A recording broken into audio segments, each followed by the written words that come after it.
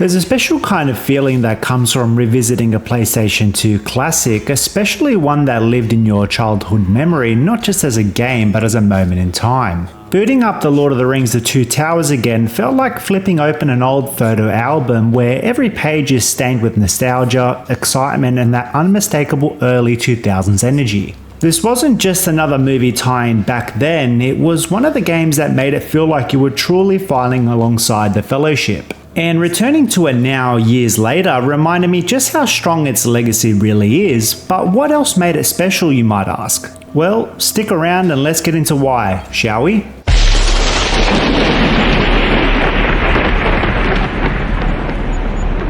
One of the first things you'll notice revisiting The Two Towers is how confidently it opens. The game doesn't waste any time easing you in, it throws you straight into the Battle of the Last Alliance, blending film footage with gameplay in a way that for its time felt ridiculously cinematic. Even by today's standards, the transitions hold up better than expected. That grainy film to game fade has a charm to it, like the game is proudly wearing its era on its sleeve. And replaying it now, I've realised just how ambitious it really was. Before games regularly adapted movie scenes frame by frame, The Two Towers was already doing it, and doing it superbly well. Well struck, Gimli. What truly caught me off guard revisiting it this time around was the combat. I remembered it being fun, but not this damn satisfying. The swordplay has weight, the parries snap with impact, the hit reactions feel chunky and rewarding in a way only PS2 action games could deliver. There's a rhythm to it, a push and a pull, that makes every encounter feel like a grand battle. The perfect rating meter quickly becomes an obsession again, just like when I was a kid. There's no complicated skill trees, no long tutorials, just clean, straightforward action that still holds up more than 2 decades later. Playing as Aragorn carries that heroic heaviness, Legolas brings the speed and precision with rapid-fire archery, and Gimli hits like a walking avalanche.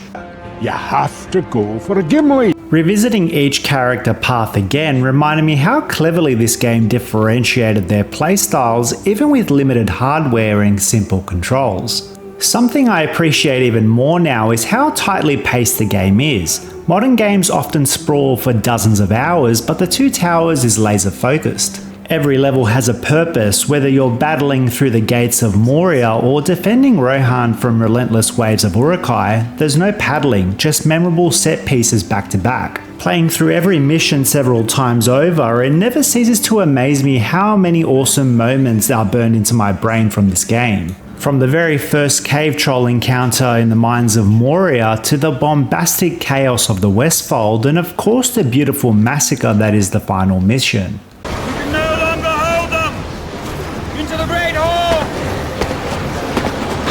Another realization I came to throughout this game's campaign is that these moments stick because the game delivers them with raw energy, not the modern polish we've become so accustomed to in today's gaming. Experiencing the game's upgrade system once again almost felt like uncovering a long-lost save file from childhood. Unlocking skills I had completely put at the back of my mind, like the devastating parry counters known as Banes or powerful finishing combos, made the game feel fresh even with my memory filling in the gaps.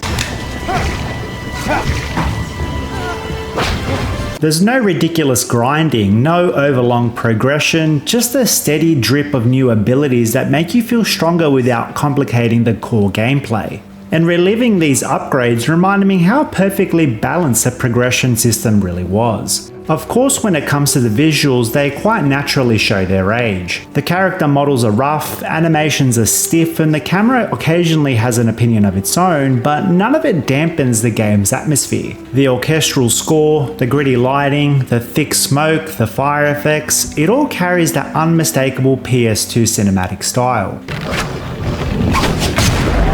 And in a weird way, these limitations add to the experience. They make it feel like a moment frozen in time, a relic from an era where developers squeezed every drop they could from the hardware. What surprised me most revisiting The Two Towers is how well it captures the heart of the movies with far less technology than modern adaptations. It doesn't try to be a sprawling open world adventure, it doesn't try to recreate every bit of the film. Instead, it focuses on what it can do extremely well: fast, gritty, satisfying action that puts you in the center of Middle-earth's most iconic battles from the first two entries of Peter Jackson's adaptations. And in all honesty, that clarity of design makes it feel even better today. Replaying The Two Towers isn't just about nostalgia, it's a reminder of a time when there were licensed games that were built with passion and not just promotion. And returning to it at the end of 2025, it still hits incredibly hard. It's one of those rare early 2000s tie-ins that deserves to be revisited, remembered, and appreciated for what it achieved as well as what it went on to inspire.